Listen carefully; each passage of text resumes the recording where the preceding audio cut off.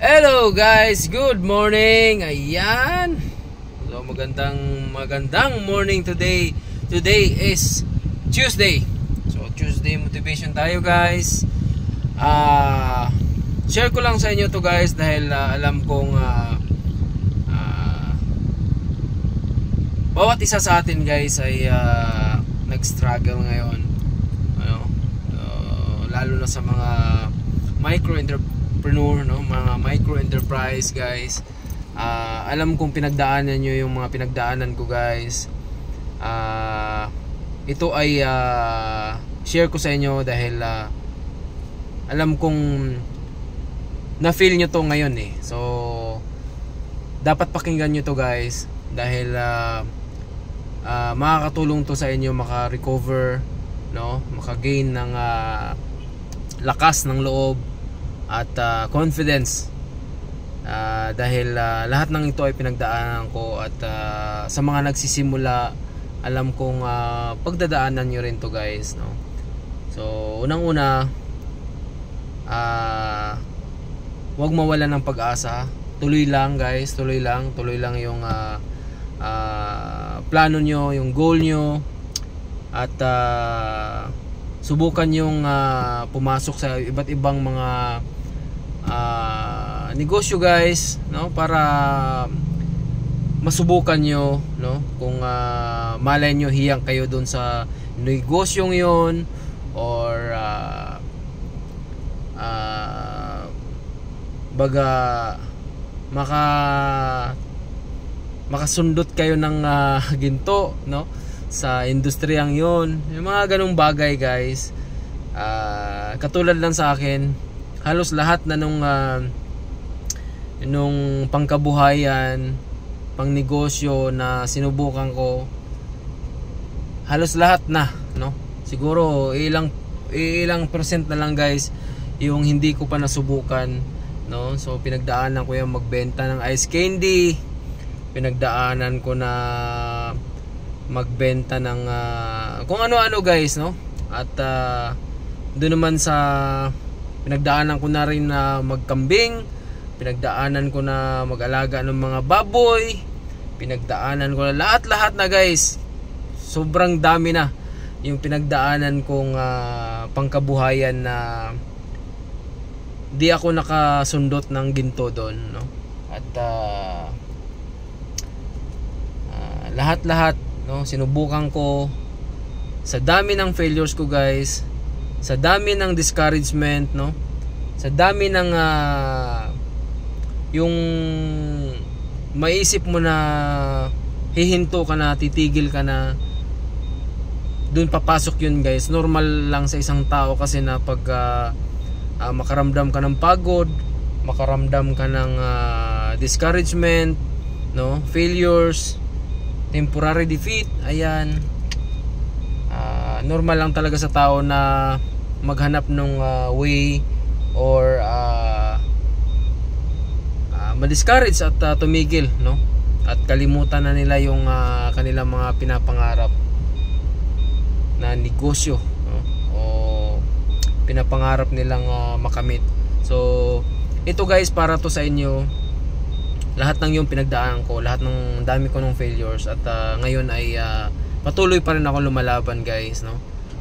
Huwag mawala ng pag-asa. May chance talaga guys, no? Kailangan mo lang sumugal, kailangan mong subukan yung mga bagay na hindi mo pa nagawa na, at hindi mo pa nasubukan, dahil malay mo ikaw pala yung makakakuha nun, no? So hindi lahat nung nag-business ay makuha sa isang bagay lang.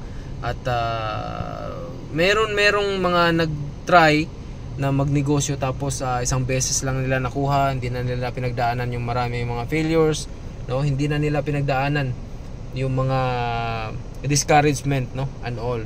Yun kasing nagpapahina ng loob guys, yung i-discourage ka, hindi ka susuportahan nung inaakala mong susuportahan ka. Ayun, no, napaka guys, napaka challenge, no?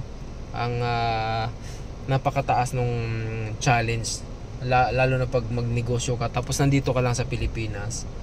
Doon maramdaman mo talaga guys na hindi pala ganun kadali, no, magnegosyo. Kaya ang pagninegosyo naman ay meron namang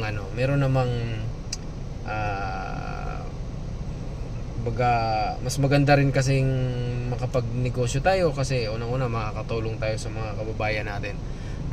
So marami pang iba at siguro yun lang muna guys ngayon lang. Yun na lang yung muna i-share ko dahil ako'y aalis na, no? At maraming salamat sa inyong suporta guys at sa inyong patuloy na pagsubaybay sa aking paglalakbay bilang isang entrepreneur, no? Pagiging isang micro business. So ako pala yung brand owner ng Friends Baker. Ayan. So I'm proud na suotin to araw-araw para mas tayo guys, mas mataas yung mataas yung energy araw-araw, no? Mas magandang makikita mo palagi yung pinaghihirapan mo at pinag-aaksayahan mo ng panahon. So yun na muna guys, no? Sa mga hindi pa nakapag-subscribe, ayan, subscribe o follow, no? So meron tayong YouTube, TikTok and Facebook, no? So ginawa ko tong video na to guys, no, para makapag-inspire tayo ng mga kababayan, lalo na sa mga OFW natin, mga kababayan na gusto nang umuwi. Alam kong kayo din, no, gusto niyo na ring mag for good. Ayan, dahil tayo ay isang OFW din, no, at naramdaman natin yung pakiramdam ng isang OFW. Ayan, so itong video na to guys ay para sa inyo at subukan yung mag-follow, no, sa aking Facebook page Team Friends Baker at malay nyo guys, no, isa ako sa magpapatibay ng inyong loob, no?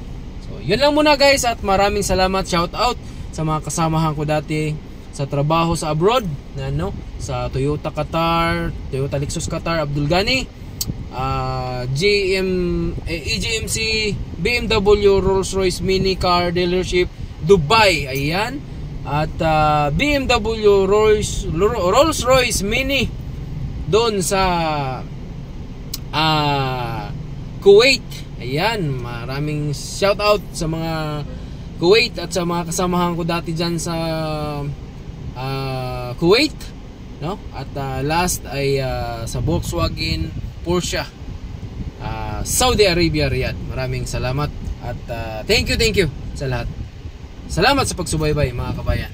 Bye bye.